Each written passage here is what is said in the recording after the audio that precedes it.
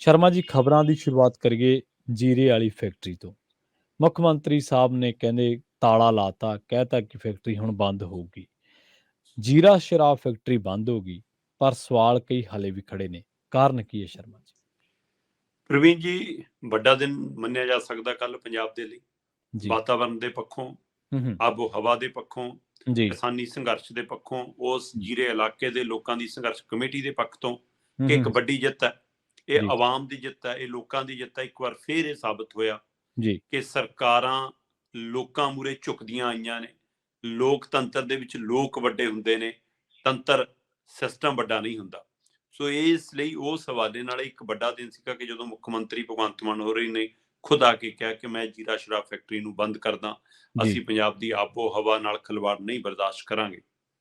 ਸੋ ਇਸ ਪਹਿਲੂ ਨੂੰ ਜੇਕਰ ਦੇਖਣਾ ਹੋਵੇ ਤਾਂ ਇਹ ਲਗਭਗ ਬਿਲਕੁਲ ਉਦਾਂ ਦਾ ਹੀ ਹੈ ਜਿੱਦਾਂ ਦਾ ਦਿੱਲੀ ਦੇ ਵਿੱਚ ਚੱਲ ਰਿਹਾ ਕਿਸਾਨ ਅੰਦੋਲਨ ਸੀ। 26 ਜਨਵਰੀ ਤੋਂ ਬਾਅਦ ਸਰਕਾਰ ਰਾਬਤਾ ਤੋੜ ਲੈਂਦੀ ਆ, ਗੱਲਬਾਤ ਤੋਂ ਭੱਜ ਜਾਂਦੀ ਆ। ਜਨਵਰੀ ਤੋਂ ਲੈ ਕੇ ਲੰਮੇ ਸਮੇਂ ਤੱਕ ਉਹ ਅੰਦੋਲਨ ਉੱਥੇ ਚੱਲਦਾ ਰਹਿੰਦਾ, ਸਰਕਾਰ ਗੱਲਬਾਤ ਤੇ ਨਹੀਂ ਆਉਂਦੀ, ਤੇ ਅਚਾਨਕ ਗੁਰਪੁਰਬ ਵਾਲੇ ਦਿਨ ਨਰਿੰਦਰ ਮੋਦੀ ਜਨਤਕ ਤੌਰ ਤੇ ਐਲਾਨ ਕਰਦੇ ਨੇ ਕਿ ਮੈਂ 3 ਖੇਤੀ ਕਾਨੂੰਨ ਵਾਪਸ ਲੈਣਾ। ਇਸੇ ਤਰ੍ਹਾਂ ਇਸ ਸਾਰੇ ਪ੍ਰਦਰਸ਼ਨ ਦੇ ਵਿੱਚ ਇੱਕ ਵਾਰ ਇਸ ਜਥੇਬੰਦੀਆਂ ਨਾਲ ਮੁੱਖ ਮੰਤਰੀ ਦੀ ਬੈਠਕ ਹੁੰਦੀ ਹੈ, ਤੇ ਜਦੋਂ ਬੈਠਕ ਹੁੰਦੀ ਹੈ ਦੂਏ ਪਾਸੇ ਛਾਪੇਮਾਰੀ ਹੁੰਦੀ ਹੈ, ਲੋਕਾਂ ਦੀ ਫੜੋ-ਫੜੀ ਹੁੰਦੀ ਹੈ, ਗ੍ਰਿਫਤਾਰੀ ਹੁੰਦੀ ਹੈ। ਉਸ ਤੋਂ ਬਾਅਦ ਸਰਕਾਰ ਰਾਬਤਾ ਹੀ ਨਹੀਂ ਕਰਦੀ, ਕੋਈ ਮੰਤਰੀ, ਕੋਈ ਸੰਤਰੀ, ਕੋਈ ਅਧਿਕਾਰੀ ਇਹਨਾਂ ਨਾਲ ਰਾਬਤਾ ਨਹੀਂ ਕਰਦਾ, ਉਲਟਾ ਪੁਲਿਸ ਭੇਜੀ ਜਾਂਦੀ ਹੈ, ਤਸ਼ੱਦਦ ਢਾਇਆ ਜਾਂਦਾ, ਕੁੱਟਮਾਰ ਕਰਾਈ ਜਾਂਦੀ ਹੈ, ਧਰਨਾ ਉਠਾਉਣ ਦੀ ਕੋਸ਼ਿਸ਼ ਕੀਤੀ ਜਾਂਦੀ ਹੈ। ਤੇ ਫਿਰ ਅਚਾਨਕ ਇੱਕ ਦਿਨ ਭਗਵੰਤ ਮਾਨ ਜੀ ਸਾਹਮਣੇ ਆ ਕੇ ਵੀਡੀਓ ਜਾਰੀ ਕਰਕੇ ਕਹਿੰਦੇ ਨੇ ਕਿ ਅਸੀਂ ਫੈਕਟਰੀ ਬੰਦ ਕਰਨ ਦੇ ਹੁਕਮ ਦਿੰਦੇ ਹਾਂ। ਬਿਲਕੁਲ ਕਹਿੰਦੇ। ਸੋ ਇਹ ਲਗਭਗ ਉਵੇਂ ਦਾ ਹੀ ਲੱਗਦਾ, ਪਰ ਹੁਣ ਇਹਦੇ ਪਹਿਲੂ ਬਹੁਤ ਨੇ। ਸਵਾਲ ਇਹ ਹੈ ਕਿ ਜਿਹੜੀ ਜੀਰਾ ਸ਼ਰਾਬ ਫੈਕਟਰੀ ਹੈ ਉਸ ਦੇ ਤੱਥ ਆਪਾਂ ਵਿਧਾਨ ਸਭਾ ਦੀ ਰਿਪੋਰਟ ਇਸੇ ਪ੍ਰੋਗਰਾਮ 'ਚ ਵਿਚਾਰੀ ਸੀ, ਜਿਹੜੀ ਉਸ ਸਮੇਂ ਦੱਸਦੀ ਕਿ 2010 ਤੋਂ ਡਿਫਾਲਟਰ ਹੈ। ਜੀ ਬਿਲਕੁਲ। ਫਿਰ ਜੇ ਉਹ ਰਿਪੋਰਟ ਕਹਿੰਦੀ ਸੀ ਤਦ ਤੋਂ ਲੈ ਕੇ ਹੁਣ ਤੱਕ ਦੀਆਂ ਸਰਕਾਰਾਂ ਨੇ ਕਿਉਂ ਇਹ ਪਹਿਲ ਕਦਮੀ ਨਹੀਂ ਕੀਤੀ? ਕਿਉਂ ਤਾਲਾ ਲਾ ਕੇ ਜਾਂਚ ਨਹੀਂ ਕੀਤੀ? ਕਿਉਂ ਪੜਤਾਲ ਨਹੀਂ ਕੀਤੀ? ਪੰਜਾਬ 'ਚ ਅਕਾਲੀਆਂ ਦੀ ਸਰਕਾਰਾਂ ਆਉਂਦੀਆਂ ਗਈਆਂ, ਕਾਂਗਰਸ ਦੀਆਂ ਸਰਕਾਰਾਂ ਆਉਂਦੀਆਂ ਗਈਆਂ, ਤੇ ਅਗਲੇ ਦੀ ਫੈਕਟਰੀ ਚੱਲਦੀ ਗਈ। ਤੇ ਹੁਣ ਵੀ ਇਹ ਵੱਡਾ ਸਵਾਲ ਹੈ ਕਿ ਦੀਪ ਮਲਹੋਤਰਾ ਜਿਹੜਾ ਇਸ ਫੈਕਟਰੀ ਦਾ ਮਾਲਕ ਹੈ, ਕਹਿੰਦੇ ਉਹਦਾ ਨਾਂ ਦਿੱਲੀ ਦੇ ਐਕਸਾਈਜ਼ ਪਾਲਿਸੀ 'ਚ ਬੋਲਦਾ। ਤੇ ਫਿਰ ਹੁਣ ਇਹ ਬੰਦ ਕਰਨ ਦਾ ਫੈਸਲਾ, ਕੀ ਇਹਦੇ ਪਿੱਛੇ ਕੋਈ ਨਵੀਂ ਰਾਜਨੀਤੀ ਤਾਂ ਨਹੀਂ ਕੰਮ ਕਰ ਰਹੀ? ਇਹ ਵੱਡਾ ਸਵਾਲ ਹੈ ਕਿ ਕਿਸ ਤਹਿਤ, ਕਿਉਂਕਿ ਅਗਲਿਆਂ ਨੇ ਕਿਹਾ ਕਿ ਸਾਡੇ ਵਕੀਲ ਹੁਣ ਕਾਨੂੰਨੀ ਪੱਖ ਤੋਂ ਵਿਚਾਰਨਗੇ ਜੀ ਇਹ ਫੈਸਲਾ। ਇੱਕ ਪਹਿਲੂ ਤਾਂ ਇਹ ਆ ਕਿ ਅਗਲੇ ਕਹਿੰਦੇ ਕਿ ਅਸੀਂ ਅਦਾਲਤ ਦੇ ਵਿੱਚ ਜਾਵਾਂਗੇ। ਅਦਾਲਤ ਪੰਜਾਬ ਸਰਕਾਰ ਨੂੰ ਜੁਰਮਾਨਾ ਲਾ ਰਹੀ ਆ 20 ਕਰੋੜ ਦਾ, ਕਿ ਫੈਕਟਰੀ ਦਾ ਨੁਕਸਾਨ ਹੋ ਰਿਹਾ, 20 ਕਰੋੜ ਰੁਪਈਆ ਭਰੋ। ਦੂਸਰੇ ਪਾਸੇ ਜਿਹੜੀ ਸ਼ਰਾਬ ਦੀ ਫੈਕਟਰੀ ਦੇ ਲਈ ਜਾਂਚ ਦੇ ਲਈ, ਉਸ ਪਹਿਲੂਆਂ ਦੇ ਲਈ ਪੰਜਾਬ ਹਰਿਆਣਾ ਹਾਈ ਕੋਰਟ ਦੀ ਇੱਕ ਟੀਮ ਗੇੜੇ ਮਾਰ ਰਹੀ ਆ। ਕੱਲ ਇੱਕ ਟੀਮ ਉੱਥੇ ਪਹੁੰਚਦੀ ਆ, ਫੈਕਟਰੀ 'ਚ ਜਾ ਕੇ ਜਾਂਚ ਪੜਤਾਲ ਕਰਦੀ ਆ। ਦੂਸਰੇ ਪਾਸੇ ਪੰਜਾਬ ਸਰਕਾਰ ਨੇ 4 ਤਰ੍ਹਾਂ ਦੀਆਂ ਟੀਮਾਂ ਬਣਾਈਆਂ, ਕਮੇਟੀਆਂ ਬਣਾਈਆਂ, ਉਹ ਸੈਂਪਲ ਲੈ ਰਹੀਆਂ ਨੇ। ਇੱਕ ਪਾਸੇ ਤੁਸੀਂ ਇਹ ਸਾਰਾ ਕੁਝ ਵਿੱਢਿਆ ਹੋਇਆ, ਦੂਸਰੇ ਪਾਸੇ ਤੁਸੀਂ ਕਹਿੰਦੇ ਜੀ ਇਸ ਤਾਂ ਫੈਕਟਰੀ ਬੰਦ ਕਰਤੀ। ਸੋ ਸਵਾਲ ਇਹ ਹੈ ਕਿ ਕੀ ਹੁਣ ਇਹ ਕੋਰਟ ਨੂੰ ਇਤਲਾਹ ਕਰੋਗੇ ਕਿ ਸਾਰੇ ਮਾਮਲੇ ਬੰਦ ਨੇ ਜੀ, ਇਹਦੇ ਮਾਮਲੇ ਤੇ ਕੁਝ ਨਹੀਂ ਹੋਣਾ ਚਾਹੀਦਾ, ਫੈਕਟਰੀ ਬੰਦ ਹੈ? ਅਜੇ ਉਹ ਚਿੱਠੀ ਆਉਣੀ ਹੈ ਜੀ।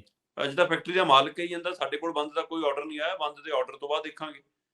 ਅਜੇ ਕਿਸਾਨ ਸੰਗਠਨਾਂ ਕੋਲ ਕੋਈ ਲਿਖਤੀ ਰੂਪ ਦੇ ਵਿੱਚ ਨਹੀਂ ਆਇਆ, ਧਰਨਾਕਾਰੀਆਂ ਕੋਲ ਅਜੇ ਲਿਖਤੀ ਰੂਪ 'ਚ ਕੁਝ ਨਹੀਂ ਆਇਆ। ਅਜੇ ਮੁੱਖ ਮੰਤਰੀ ਵੱਲੋਂ ਜਾਂ ਸਕੱਤਰ ਵੱਲੋਂ ਜਾਂ ਸੰਬੰਧਿਤ ਵਿਭਾਗ ਵੱਲੋਂ ਕੋਈ ਆਰਡਰ ਨਹੀਂ ਆਇਆ ਕਿ ਪੋਲਿਊਸ਼ਨ ਦੇ ਹਵਾਲੇ ਨਾਲ ਬੰਦ ਕੀਤੀ ਗਈ ਹੈ, ਐਕਸਾਈਜ਼ ਦੇ ਹਵਾਲੇ ਨਾਲ ਬੰਦ ਕੀਤੀ ਗਈ ਹੈ, ਕਿਹੜੇ ਹਵਾਲੇ ਨਾਲ, ਕਿਸ ਤਰ੍ਹਾਂ ਉਹ ਚਿੱਠੀ ਪੱਤਰ ਅਜੇ ਸਾਹਮਣੇ ਆਉਣਾ। ਫਿਰ ਮੁੱਖ ਮੰਤਰੀ ਸਾਹਿਬ ਨੇ ਇਹ ਵੀ ਕਿਹਾ ਕਿ ਹੁਣ ਅਦਾਲਤ ਦਾ ਰੁਖ ਕਰਾਂਗੇ,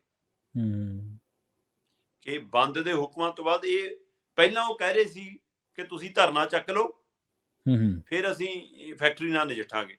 ਹੁਣ ਉਹ ਕਹਿੰਦੇ ਲਓ ਜੀ ਅਸੀਂ ਫੈਕਟਰੀ ਬੰਦ ਕਰਤੀ, ਇਹੀ ਮੰਗ ਸੀ ਤੁਹਾਡੀ ਕਿ ਅਸੀਂ ਫੈਕਟਰੀ ਬੰਦ ਕਰਤੀ, ਪਰ ਹੁਣ ਅਦਾਲਤ 'ਚ ਦੇਖਾਂਗੇ। ਸੋ ਇੱਕ ਪਾਸੇ ਤਾਂ ਇਹ ਇੱਕ ਸਵਾਲ ਖੜਾ ਹੈ ਕਿ ਕੱਲ ਨੂੰ ਅਦਾਲਤ 'ਚ, ਜਿਹੜੀ ਅਦਾਲਤ 'ਚੋਂ 20 ਕਰੋੜ ਦਾ ਫਰਮਾਨ ਆ ਸਕਦਾ ਹੈ, ਉਸ ਅਦਾਲਤ 'ਚੋਂ ਕੱਲ ਨੂੰ ਫੈਕਟਰੀ ਖੋਲਣ ਦਾ ਵੀ ਫਰਮਾਨ ਆ ਸਕਦਾ। ਬਿਲਕੁਲ ਆ ਸਕਦਾ, ਕਿਉਂਕਿ ਅਗਲੇ ਕਹਿਣਗੇ ਸਾਡੇ ਕੋਲ ਤਾਂ ਦੇਖੋ ਜੀ ਸਰਟੀਫਿਕੇਟ ਨੇ। ਸਰਟੀਫਿਕੇਟ ਕਿਵੇਂ ਮਿਲਦੇ ਨੇ ਪੰਜਾਬ ਦੇ ਵਿੱਚ ਸਾਰਿਆਂ ਨੂੰ ਪਤਾ ਜੀ। ਉਹ ਤਾਂ ਪਹਿਲਾਂ ਤੋਂ ਲਈ ਬੈਠੇ ਨੇ ਅਗਲੇ, ਪੋਲਿਊਸ਼ਨ ਵਾਲੇ ਵੀ, ਬਾਕੀ ਵਿਭਾਗਾਂ ਵਾਲੇ ਵੀ, NOCਆਂ ਸਾਰੀਆਂ ਹੈਗੀਆਂ ਨੇ। ਸੋ ਪਰ ਇਹ ਸਭ ਦੇ ਦਰਮਿਆਨ ਇੱਕ ਹੋਰ ਵੱਡਾ ਸਵਾਲ ਹੈ ਪ੍ਰਵੀਨ ਜੀ। ਜਦੋਂ 2010 ਦੇ ਵਿੱਚ ਇਸ ਸ਼ਰਾਬ ਦੀ ਫੈਕਟਰੀ ਦੀ ਜਾਂਚ ਹੋਈ ਸੀ, ਤਦ ਇਸ ਨੂੰ ਲੱਗਿਆ ਜੇ 3 ਸਾਲ ਹੋਏ ਸੀ। 2007 'ਚ ਫੈਕਟਰੀ ਲੱਗਦੀ ਆ, ਠੀਕ ਹੈ। ਤੇ ਉਸ ਸਮੇਂ ਸਿਰਫ ਸ਼ਰਾਬ ਦਾ, ਦੇਸੀ ਸ਼ਰਾਬ ਦਾ ਉਤਪਾਦਨ ਕਰਦੀ ਸੀ। ਪਰ ਅੱਜ 2022-23 ਤੱਕ ਆਉਂਦਿਆਂ ਇੱਥੇ 3 ਤੋਂ 4 ਚੀਜ਼ਾਂ ਦਾ ਉਤਪਾਦਨ ਹੁੰਦਾ। ਸ਼ਰਾਬ ਵੀ ਬਣਦੀ ਹੈ, ਐਥੋਲੀਨ ਗੈਸ ਟਾਈਪ ਕੁਛ ਉਹ ਵੀ ਬਣਦਾ, ਇੱਕ ਦੋ ਚੀਜ਼ਾਂ ਹੋਰ ਇਹ ਤੋਂ ਅੱਗੇ ਕੜੀ ਹੁੰਦੀ ਹੈ ਉਹ ਬਣਦੀ। ਸੋ 3-4 ਯੂਨਿਟ ਚੱਲਦੇ ਨੇ, ਅਗਲਾ ਸ਼ੈਲਰ ਵੀ ਚੱਲਦਾ, ਸਾਰਾ ਕੁਝ ਚੱਲਦਾ ਜੀ। ਸੋ ਹੁਣ ਸਵਾਲ ਇਹ ਕਿ ਕੀ ਸ਼ਰਾਬ ਦੀ ਫੈਕਟਰੀ ਬੰਦ ਹੋਈ ਆ ਜਾਂ ਇਸ ਜਿਹੜੀ ਇਹ ਕੰਪਨੀ ਆ ਉਹ ਕੰਪਨੀ ਨੂੰ ਪੂਰੀ ਤਰ੍ਹਾਂ ਤਾਲਾ ਲੱਗਿਆ? ਸਵਾਲ ਇਹ ਹੈ। ਸੋ ਜੇਕਰ ਤਾਂ ਇਹ ਕੰਪਨੀ ਨੂੰ ਤਾਲਾ ਲੱਗਿਆ, ਫਿਰ ਤਾਂ ਕੋਈ ਸਮਾਂ ਹੱਦ ਤੈਅ ਹੋਣੀ ਚਾਹੀਦੀ ਆ ਕਿ ਭਾਈ 3 ਮਹੀਨੇ 'ਚ ਆਪਣੀ ਮਸ਼ੀਨਰੀ ਪੱਟ ਕੇ ਲੈ ਜਾਓ, ਠੀਕ ਹੈ। ਇੱਥੇ ਤੁਸੀਂ ਫੈਕਟਰੀ ਵਰਗਾ ਕੁਝ ਨਹੀਂ ਕਰ ਸਕਦੇ, ਖੇਤੀ ਕਰਨੀ ਆ ਕਰੋ, ਉਸ ਨੂੰ ਦੁਬਾਰਾ ਜ਼ਮੀਨ 'ਚ ਬਦਲੋ ਜੀ। ਮਾਲਕੀਅਤ ਤਾਂ ਅਗਲੇ ਦੀ ਆ ਨਾ, ਜ਼ਮੀਨ ਤਾਂ ਉਹਦੀ ਆ ਉਹ। ਸੋ ਇਸ ਲਈ ਉੱਥੇ ਉਹ ਫੈਕਟਰੀ ਨਹੀਂ ਲਾਊਗਾ, ਉਦਯੋਗ ਨਹੀਂ ਕੋਈ ਚਲਾਊਗਾ। ਇਹਨੂੰ ਦੇਖਣ ਦੀ ਗੱਲ ਹੈ ਕਿ ਉਹਦੇ ਲਈ ਕੋਈ ਸਮਾਂ ਹੱਦ ਤੈਅ ਹੋਊਗੀ ਕਿ ਇੰਨੀ ਦੇਰ ਸਮਾਨ ਚੱਕੋ, ਜਾਂ ਕਹਿਣ ਨਹੀਂ ਜੀ ਸ਼ਰਾਬ ਦਾ ਉਤਪਾਦਨ ਬੰਦ ਹੋ ਗਿਆ, ਬਾਕੀ ਨਾਲ ਪ੍ਰਭਾਵਿਤ ਨਹੀਂ ਹੁੰਦਾ, ਬਾਕੀ ਚੱਲੀ ਜਾਊਗਾ। ਤੇ ਮੁੜ ਕੇ ਕਿਹਨੇ ਦੇਖਣਾ ਆਉਣਾ ਬਾਈ ਜੀ? ਅਗਲੇ ਤਾਂ ਗੇਟ ਮੂਹਰੇ ਨਹੀਂ ਖੜਨ ਦਿੰਦੇ ਇਕੱਲੇ ਬੰਦੇ ਨੂੰ ਜੀ। ਨਹੀਂ, ਤੇ ਅੰਦਰ ਕੀ ਬਣਦਾ ਕੀ ਨਹੀਂ, ਟਰੱਕਾਂ 'ਚੋਂ ਬਣ ਕੇ ਕੀ ਨਿਕਲ ਕੇ ਜਾਂਦਾ ਕੀ ਨਹੀਂ, ਫਿਰ ਕਿਹਨੇ ਦੇਖਣਾ? ਸੋ ਇਹ ਪਹਿਲੂ ਖੜਾ। ਤੇ ਦੂਸਰਾ, ਕਿਸਾਨ ਜਥੇਬੰਦੀਆਂ ਨੇ, ਸੰਘਰਸ਼ਧਾਰੀ ਧਿਰਾਂ ਨੇ ਕੱਲ ਨੂੰ ਪ੍ਰਵੀਨ ਜੀ ਵੱਡੀ ਮੀਟਿੰਗ ਸੱਦ ਲਈ ਆ, ਸਾਰੇ ਸਹਿਯੋਗੀ ਸੰਗਠਨਾਂ ਦੀ, ਸਾਰੀਆਂ ਕਿਸਾਨ ਜਥੇਬੰਦੀਆਂ ਦੀ, ਸਾਰੇ ਹੋਰ ਨੁਮਾਇੰਦਿਆਂ ਨੂੰ ਸੱਦਾ ਦਿੱਤਾ ਕਿ ਆਓ ਆਪਾਂ ਬੈਠ ਕੇ ਵਿਚਾਰ ਕਰੀਏ ਕਿ ਇਹਦੇ ਤੇ ਅੱਗੇ ਕਿਵੇਂ ਵਧਣ।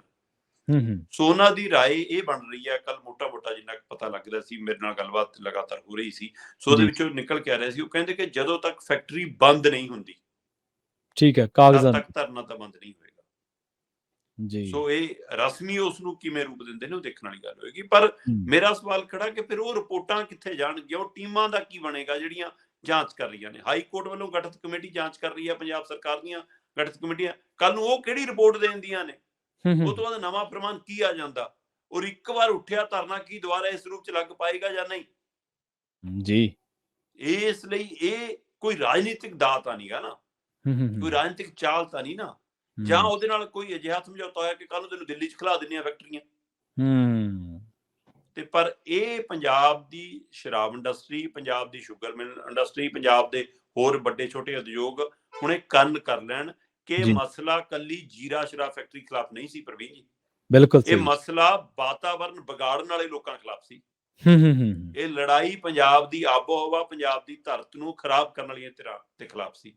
ਸੋ ਇਸ ਲਈ ਇਹ ਹੁਣ ਬਾਕੀਆਂ ਨੂੰ ਜਾਂ ਤਾਂ ਕੰਨ ਹੋ ਜਾਣਗੇ, ਜਾਂ ਤਾਂ ਬਾਕੀ ਸੁਧਰ ਜਾਣਗੇ, ਨਿਯਮਾਂ ਤਹਿਤ ਉਤਪਾਦਨ ਕਰਨਗੇ, ਨਿਯਮਾਂ ਤਹਿਤ ਪਾਣੀ ਦੀ ਸਫਾਈ ਕਰਨਗੇ, ਚਾਹੇ ਉਹ ਡੈਰੀਆਂ ਨੇ ਤੇ ਚਾਹੇ ਉਹ ਉਦਯੋਗ ਨੇ, ਤੇ ਜਾਂ ਫਿਰ ਉਹ ਆਪਣਾ ਸਮਾਨ ਬੋਰੀ ਬਿਸਤਰਾ ਸਮੇਟਣ ਦੀ ਤਿਆਰੀ ਕਰ ਲੈਣ, ਕਿਉਂਕਿ ਹੁਣ ਸੰਘਰਸ਼ ਵੱਡਾ ਹੋਏਗਾ। ਪਰ ਦੂਸਰੇ ਪਾਸੇ ਨਾਲ ਹੀ ਸਵਾਲ ਪੰਜਾਬ ਦੇ ਮੂਹਰੇ ਵੀ ਖੜਾ ਹੈ ਪ੍ਰਵੀਨ ਜੀ, ਜੇਕਰ ਸ਼ਰਾਬ ਦੀ ਫੈਕਟਰੀ 'ਚ ਸ਼ਰਾਬ ਦੇ ਉਤਪਾਦਨ ਤੋਂ ਬਾਅਦ, ਸ਼ਰਾਬ ਨੂੰ ਬੋਤਲ 'ਚ ਪਾਉਣ ਤੋਂ ਬਾਅਦ ਬਚਿਆ ਚੀਜ਼ ਜ਼ਹਿਰ ਹੈ ਜੀ, ਤੇ ਜਿਹਨੂੰ ਉਹ ਕਹਿੰਦੇ ਨੇ ਟ੍ਰੀਟਡ ਹੈ ਜੀ, ਸਾਡਾ ਨਿਯਮਾਂ ਤਹਿਤ ਹੈ ਜੀ, ਕੁਛ ਨਹੀਂ ਗਾ ਜੀ, ਅਸੀਂ ਤਾਂ ਜ਼ਹਿਰ ਫੈਲਾਉਂਦੇ ਨਹੀਂ ਜੀ, ਪਰ ਜਿਹੜੀ ਬੋਤਲ ਬਾਜ਼ਾਰ 'ਚ ਤਾਰਦੇ ਨੇ ਉਹਦੇ ਉੱਤੇ ਤਾਂ ਉੱਪਰ ਲਿਖਿਆ ਹੁੰਦਾ। ਤੇ ਫਿਰ ਜੇ ਉਹ ਪਾਣੀ ਸ਼ਰਾਬ ਦੀ ਫੈਕਟਰੀ 'ਚੋਂ ਬਚਿਆ ਜ਼ਹਿਰੀ ਪਾਣੀ ਧਰਤੀ ਨੂੰ ਖਰਾਬ ਕਰਦਾ ਹੈ, ਫਸਲਾਂ ਨੂੰ ਖਰਾਬ ਕਰਦਾ ਹੈ, ਪਸ਼ੂ ਪੰਛੀਆਂ ਸਾਡੇ ਤੇ ਅਸਰ ਕਰਦਾ ਹੈ, ਤਾਂ ਉਹ ਸ਼ਰਾਬ ਕਿੰਨੀ ਖਤਰਨਾਕ ਹੋਣੀ। ਬਿਲਕੁਲ ਸਹੀ ਹੈ। ਕੀ ਪੰਜਾਬ ਇਸ ਤਹੀਏ ਵੱਲ ਵੀ ਵਧੂਗਾ? ਦੂਸਰਾ ਪਹਿਲੂ, ਕੱਲੀਆਂ ਹੁਣ ਜਦੋਂ ਇਹ ਵਿਸ਼ਾ ਤੁਰੇਗਾ ਤਾਂ ਇਹ ਵੀ ਆਏਗਾ ਕਿ ਜਿਹੜੀਆਂ ਅਸੀਂ ਜ਼ਹਿਰਾਂ ਛਿੜਕਦੇ ਹਾਂ ਫਸਲਾਂ ਤੇ, ਕੀ ਉਸ ਤੋਂ ਨਿਜਾਤ ਪਾਉਣ ਵੱਲ ਵੀ ਵਧਿਆ ਜਾਏਗਾ? ਕੀ ਧਰਤੀ ਹੇਠਲੇ ਪਾਣੀ ਨੂੰ ਬਚਾਉਣ ਲਈ ਬਦਲਵੀਆਂ ਫਸਲਾਂ ਵੱਲ ਵੀ ਜਥੇਬੰਦੀਆਂ ਵਧਣਗੀਆਂ?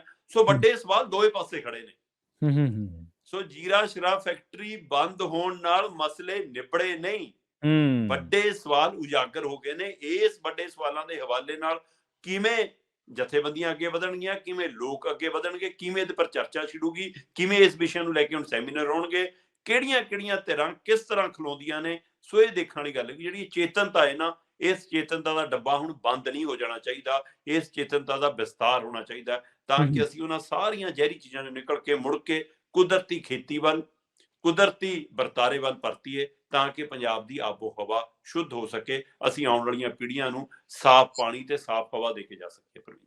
ਜੀ ਬਿਲਕੁਲ, ਔਰ ਇਹ ਦੋਨਾਂ ਧਿਰਾਂ ਨੂੰ ਖੜ ਕੇ ਸੋਚਣਾ ਪੈਣਾ ਹੈ, ਸਰਕਾਰ ਨੂੰ ਪਾਲਿਸੀ ਵਾਲੇ ਪਾਸੇ ਤੇ ਲੋਕਾਂ ਨੂੰ ਇਸ ਚੀਜ਼ ਵਾਲੇ ਪਾਸੇ ਕਿ ਅਸੀਂ ਇਹਨੂੰ ਬਚਾਉਣਾ ਕਿਵੇਂ ਆ। ਕੁਝ ਬਿਲਕੁਲ ਲੋਕਾਂ ਦੇ ਵੀ ਅਖਲਾਕੀ ਫਰਜ਼ ਨੇ ਤੇ ਕੁਝ ਸਰਕਾਰਾਂ ਦੀਆਂ ਪਾਲਿਸੀਆਂ ਦਾ ਵੀ ਫਰਕ ਹੈ। ਦੋਨਾਂ ਧਿਰਾਂ ਨੂੰ ਇੱਕ ਬੈਲੈਂਸ ਬਣਾ ਕੇ ਚੱਲਣਾ ਪੈਣਾ, ਫੇਰ ਹੀ ਗੱਲ ਸੂਤ ਆਊਗਾ ਕੰਮ।